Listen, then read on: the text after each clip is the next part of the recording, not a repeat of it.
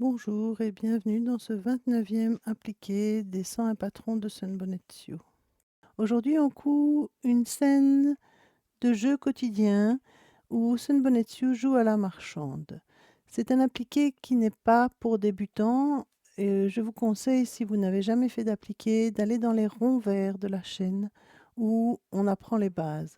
Les tutoriels qui sont pour débutants n'ont pas de mot de passe. Ici, c'est un niveau rond bleu, c'est-à-dire que je m'adresse à des gens qui ont déjà fait un appliqué. Téléchargez votre patron PDF et lancez-vous. Attention, un mot de passe est dissimulé quelque part dans la vidéo. Pour être tout à fait transparente avec vous, la vie d'une chaîne YouTube dépend des abonnés et du temps de visionnage. Grâce au mot de passe, je vous donne l'occasion de m'aider tout en jouant au détective. Une sonnerie de micro-ondes vous préviendra quand le mot de passe arrive. Une fois le mot de passe trouvé, c'est tout simple. Vous cliquez sur le lien dans la description, puis dans le rectangle sous mot de passe protégé. Vous effacez les petits points noirs qui s'y trouvent, vous tapez le mot de passe et puis sur envoi en bas à droite. Et si vous n'aimez pas les mots de passe, je donne accès à 41 tutoriels et patrons sans mot de passe. On va utiliser nos chutes de tissu. Je vous montre un peu toutes les chutes que j'ai en fait. C'est ma boîte à chutes. Et dedans, j'ai vraiment plein de choix. Donc, je vais sélectionner des chutes aujourd'hui pour faire cet appliqué. Vous verrez, voilà. J'imagine que chez vous, c'est un peu la même chose. Donc, pour faire cet appliqué, nous allons avoir un fond de 22 cm sur 22 cm. L'appliqué est ici. C'est un appliqué que j'ai très fortement simplifié pour qu'il soit quand même accessible. Pour commencer, vous prenez votre stylo effaçable à la chaleur et vous tracez le patron sur le tissu de fond.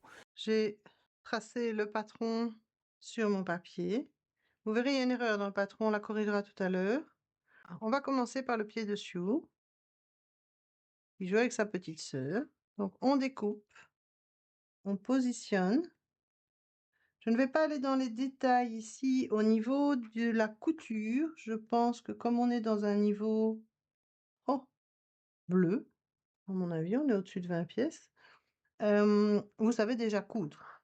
Si vous n'avez jamais fait d'appliqué, commencez par un rond vert.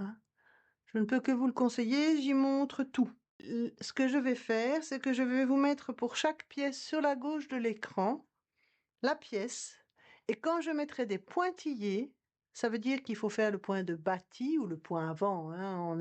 On fait un point qui laisse la partie qu'on est en train de coudre plate parce qu'elle va être recouverte par une autre. Et le point glissé, ce sera une double flèche en fait, où je vous mets d'où à où il faut coudre en point glissé. N'hésitez pas à me dire en commentaire si vous avez apprécié les différents types de variantes que je vous ai proposées dans certaines des vidéos précédentes. Moi, c'est quelque chose que j'aime beaucoup faire. Ici, je l'ai fait aussi pour ma petite, pour mon appliqué. Vraiment, je teste différentes images. Donc, si vous avez envie que je fasse ça quand je fais un appliqué, surtout dites-le moi. Parce que je le fais de toute façon, mais bon, je ne veux pas non plus vous lasser. On prend une aiguille. Alors, il y a les aiguilles à quilter, les aiguilles standards, les Sharp aiguilles à quilter, c'est les Between.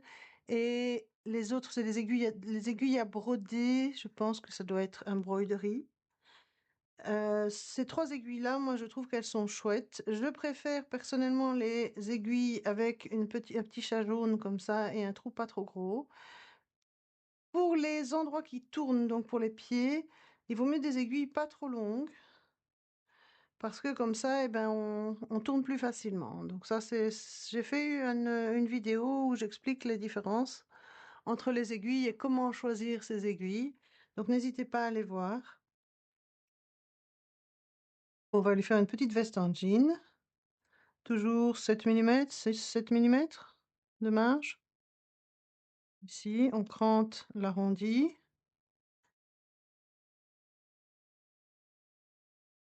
J'ai un tout petit arrondi, on peut le cranter pour être bien sûr, et on positionne.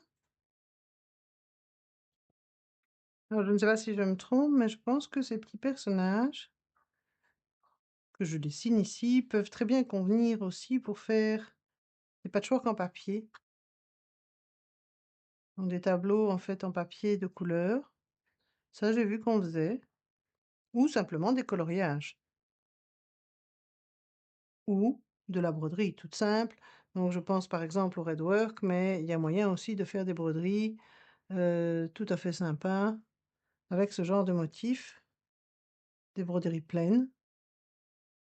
Alors on continue avec la veste en jean de Sioux. Et je découvre en même temps que vous dans quel ordre je les couds en fait, parce que une fois que j'ai fait le dessin, ben, j'essaye de l'appliquer. C'est quelque part ce qui m'amuse, sinon je pense que ce serait moins. Et parfois je me trompe, alors je ne vous montre pas toujours quand je me trompe, mais je vous assure que je me trompe parfois. Entre autres sur celle-ci, où j'avais ajouté une échoppe, enfin, un store, j'avais ajouté des fleurs, j'avais ajouté plusieurs paniers. Ben franchement, ça devenait vraiment compliqué. Maintenant j'avais 60 pièces, c'est un peu beaucoup pour l'instant. Je mettrai ça quand je serai dans quelques temps peut-être, mais pas tout de suite. Qui a l'air d'être déjà un petit peu décalé. Là, il faudra que je fasse attention, je vois. Alors c'est vraiment juste. Quand c'est juste comme ça, par exemple, là, vous voyez, j'ai un tout petit bout qui ressort. Soit on rentre, hein, on force à rentrer, soit on ajoute 1 millimètre à la pièce. Comme ça, ben, ça ne gênera pas qu'elle ait 1 millimètre de plus. Ça, il faut jamais hésiter à le faire. C'est sans doute ce que je vais faire d'ailleurs. Rajouter un petit millimètre, tout simplement. Donc on prend la pièce. Et en coupant, en traçant, au lieu de tracer ici le long, ben, je rajoute un tout petit peu, juste au niveau, et je récupère la courbe. Le tissu, ça bouge, hein. Il n'y a pas de secret, un tissu, ça bouge. C'est pas du bois, c'est pas du plastique, ça bouge le tissu.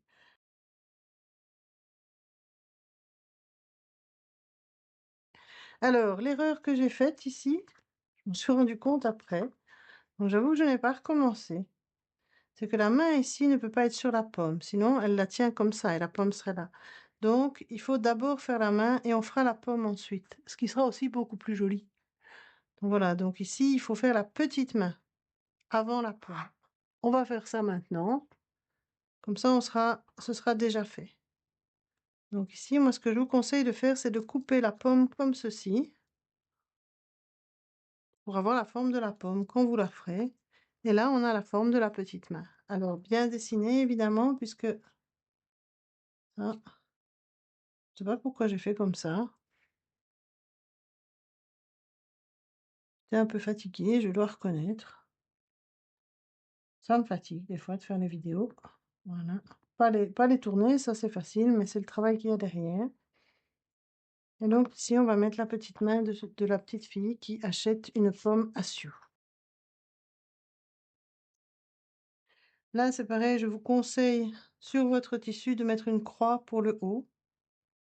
Parce que c'est typiquement le genre de pièce qu'on peut se retrouver à mettre comme ceci et à se dire après, zut, ça ne va plus parce qu'il y a un trou.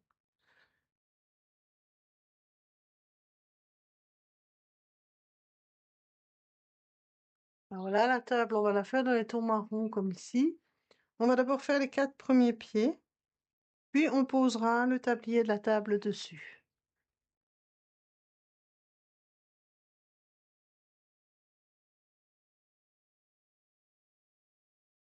Voilà, on a fait les 4 pieds. Donc on a fait la table. On va faire la petite panière.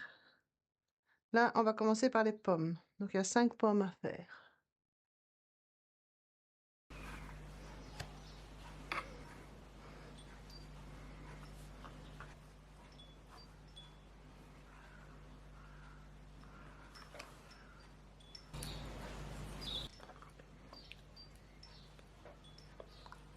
Pour la petite panière, préférez un tissu qui a des petits carreaux.